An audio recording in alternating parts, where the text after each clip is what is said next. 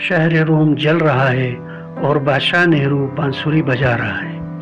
یہ جملہ محاورتاً اس وقت بولا جاتا ہے جب عوام غربت، تباہی اور ظلم و جبر کا شکار ہو رہی ہو اور اس کا حکمران اپنی بدمستیوں میں مگن ہو۔ نہرو، جس کا مکمل نام لوسٹس ڈومیٹس ہینو ماربیس تھا، اس شاہی خاندان کا آخری حکمران تھا جس کی بنیاد جولیس سیزر اور اس کے متبنی آگسٹس سیزر نے رکھی تھی۔ اوباشی، عیاشی، شقاوت، سنگدلی، قتل و غارت اور سفاکی و بے رحمی اس خاندان کا وتیرہ تھا، جس کی بنیاد بھی اس خاندان کے بانی نے ہی رکھی تھی۔ ظلم و استبداد بھی عہد بہ عہد ترقی کر کے نہرو کے عہد میں کچھ ایسے عروج پر پہنچا کہ انسانی تہذیب و تمدن کی پوری تاریخ اس کی نظیر پیش کرنے سے قاصر نظر آتی ہے۔ تاج و تخت کے حصول کے تمام دیگر وارثان تخت کو ٹھکانے لگانے کا طریقہ بھی جولین گارڈین خاندان میں شروع ہی سے مروج تھا اور تحفظ و بقا کی جنگ میں ماں بیٹے کو، بیٹا باپ کو قتل کروانے سے نہیں چھکتا تھا۔ اس کی واضح مثال بھی ہمیں نہرو کے دور میں ملتی ہے کہ اس نے نہ صرف اپنی ماں کے ساتھ جنسی تعلقات تک قائم کیے اور پھر وقت آنے پر اسے قتل بھی کروایا۔ اہل روم کی توجہ اپنے ظلم و ستم سے ہٹانے کے لیے نہرو نے 19 جولائی 64 عیسوی کے موسم گرما میں ایک عظیم الشان جشن کا اہتمام کیا جو روم کے باہر ایک جھیل کے کنارے منایا گیا۔ عوام و خاص میں سے ہر شخص کو اس جشن خاص میں حصہ لینے کی دعوت عام تھی اور کھانا اور شراب حکومت کی طرف سے پیش کی جاتی تھی۔ فحاشی کا یہ عالم تھا کہ پورے روم کے اوباش عورتیں، یا دوسرے لفظوں میں پورے روم کا حسن بھی یہاں کھینچ آیا تھا۔ پھر دوران جشن جو کچھ ہوا وہ ناقابل بیان ہے۔ بادشاہ اور ملکہ بھی بنفس نفیس اس جنسی بے راروی میں شریک تھے۔ اہل روم کو اس نے اس جشن کے ذریعے مطمئن اور خوش کر دیا تھا، مگر موسم گرما کا یہ جشن آئندہ رونما ہونے والے سنسنی خیز واقعات کی تمہید تھا جو اہل روما کی قسمت میں لکھے جا چکے تھے۔ اس جشن کے بعد شہنشاہ آرام و استراحت کی غرض سے ایک قریبی شہر اینیٹم چلا گیا، جہاں اسے 19 جولائی کی صبح روم میں اچانک لگنے والی آگ کی اطلاع ملی۔ اگرچہ وہ بڑی سرعت سے واپس دارالحکومت پہنچ گیا، مگر اس نے عملی طور پر شہر کو اس خوفناک آتش زدگی سے بچانے کے لیے کوئی احکامات جاری نہیں کیے، بلکہ ایک بلند اور محفوظ مقام پر بیٹھ کر شہریوں کی دلدوش چیخیں سن کر چین سے بانسری بجانے لگا۔ نہرو نے یہ آگ کیوں لگوائی، اس بارے میں بھی ہمیں بہت سی قیاس آرائیاں ملتی ہیں۔ مورخین کے ایک گروہ کا خیال ہے کہ نہرو اہل روم سے ان مظاہروں کا انتقام لینا چاہتا تھا جو انہوں نے مقتول ملکہ آکیٹیویا کی حمایت میں کیے تھے۔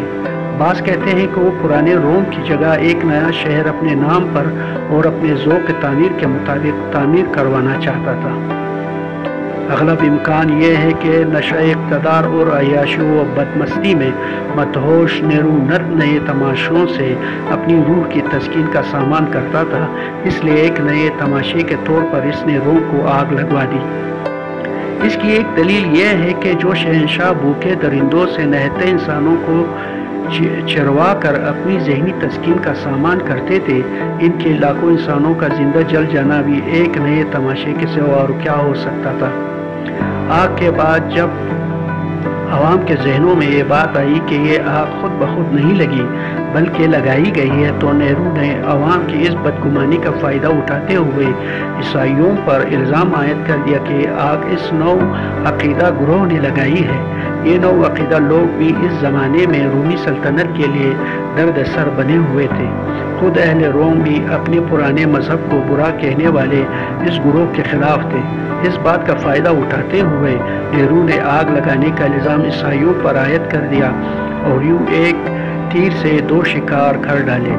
ایک طرف حکومت کے درد سر بنے ہوئے گروہ کو کچلنے کا راستہ نکل آیا، دوسری طرف اہل روم کو مطمئن کرنے کی راہ بھی مل گئی۔ عیسائیوں پر مشق ستم کے ساتھ ساتھ نہرو نے جلے ہوئے روم کو دوبارہ اپنے ذوق تعمیر کے مطابق تعمیر کروانے کا آغاز بھی کیا۔ عوام شاید اس کے اس فریب میں آ گئے مگر خود اس کے فوجی اور سول افسران اعلیٰ اس کی خون آشامی سے تنگ آ گئے۔ شہر میں آگ لگنے سے پہلے بھی نیرو کے خلاف کئی سازشیں ناکام ہو چکی تھی۔ روم جلا تو سازشیوں کے حوصلے بڑھے۔ فوج خاص کے ایک گروہ نے شہنشاہ کو ٹھکانے لگانے کا ایک منصوبہ تیار کیا اور اس کے معتمد خاص فلسفی سینیکا کو تخت نشین کرنے کا منصوبہ بنایا۔ ادھر سینٹ سے چند ارکان نے سازش تیار کی کہ نیرو کی سینٹ کے رکن کے کیلیپورینس پیرو کو بادشاہ بنایا جائے۔ 65 عیسوی کے آغاز میں یہ دونوں سازشیں باہم مربوط ہو گئی۔ سازشیوں نے 19 اپریل کو سیریس کے تہوار کے آخری دن نیرو پر قاتلانہ حملہ کرنے کا فیصلہ کیا۔ قتل کا وہی طریقہ اختیار کرنا چاہا جو جولیس سیزر کے قاتلوں نے کیا تھا، مگر جس سازشی نے نیرو پر پہلا وار کرنا تھا اس کی مشتبہ حرکات سے سازش کا بانڈا پھوٹ گیا اور نیرو کو بروقت خبر ہو گئی۔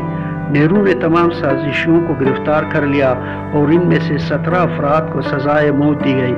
3 نے اپنی مرضی سے خودکشی کر لی، جبکہ 2 سازشی جنہوں نے سلطانی گواہ بن کر اپنے ساتھیوں کے نام بتائے تھے وہ معاف کر دیے گئے۔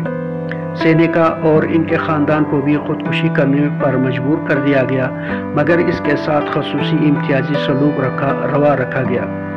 نیرو بھی زیادہ عرصہ اپنے ظلم و دہشت کو قائم نہ رکھ سکا۔ 73 سالہ غالبا جس نے شہنشاہ آگسٹس کا دور دیکھا تھا اس کے خلاف اٹھ کھڑا ہوا۔ اس کی بغاوت نے اتنا زور پکڑا کہ سینٹ کو شہنشاہ نیرو کی موت کا فتویٰ صادر کرنا پڑا۔ نیرو جو ظالم ہونے کے ساتھ ساتھ انتہائی بزدل بھی تھا، روم میں جان بچانے کے لیے چھپتا پھرتا رہا اور پھر اسے بھی خودکشی کرنا پڑی۔ ماخذ: تاریخ ادبیات عالم، جلد 2